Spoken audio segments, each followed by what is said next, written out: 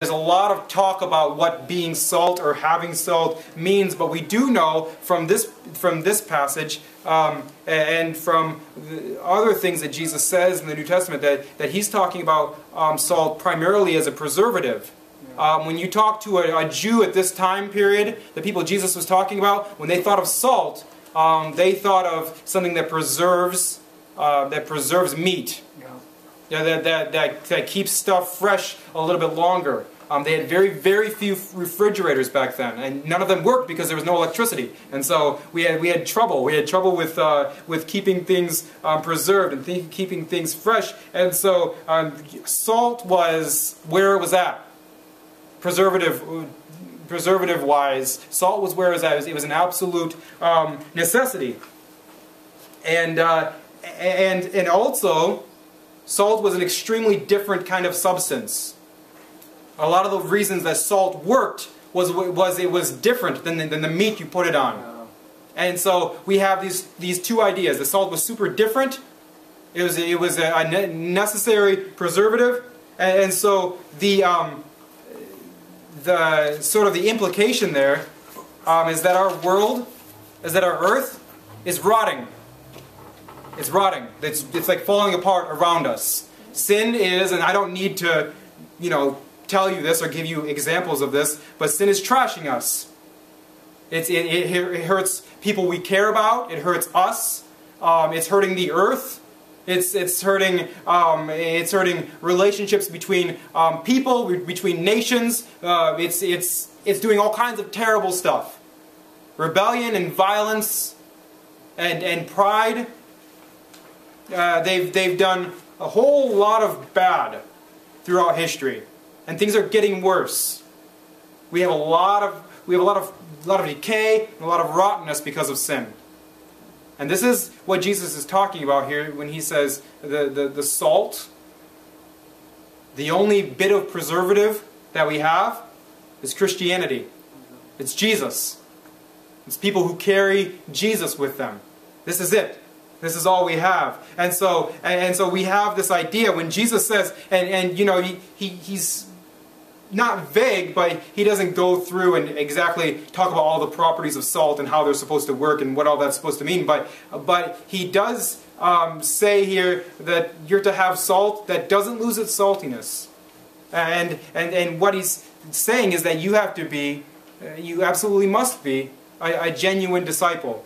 You must be different than what you're, than the world that you're in, and you must be, you must have a good effect on the world that you're in, because the world that you're in is right now falling apart. It's going bad. Now, there's a whole bunch of things that are found in the New Testament that teach us how a Christian is supposed to be, that would make them very, very different from the world, and in doing so would have a good impact on the world. Would have a good impact on their fellow Christians, and that would have a good impact on the world.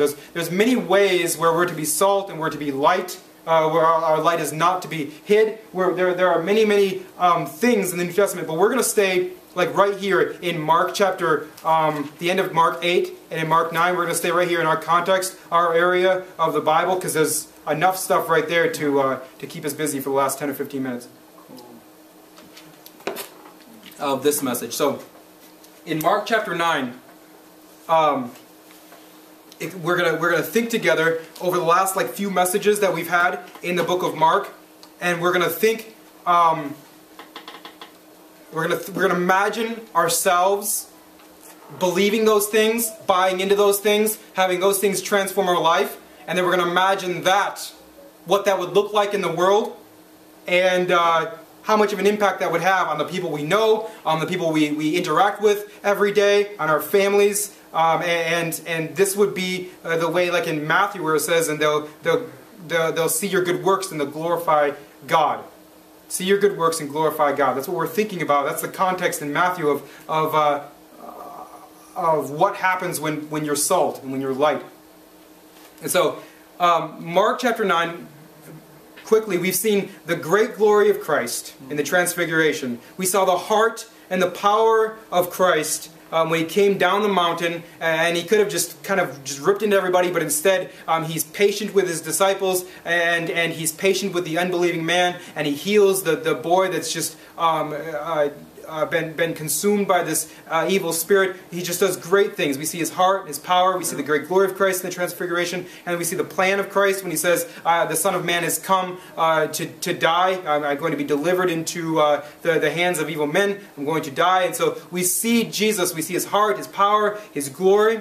And then we keep those things in mind. We keep the gospel in mind as we go into what he calls people to do, what he calls his disciples to do. He talks to them about embracing suffering at the end of chapter 8. And then we talked a few weeks ago about humbly serving all kinds of people.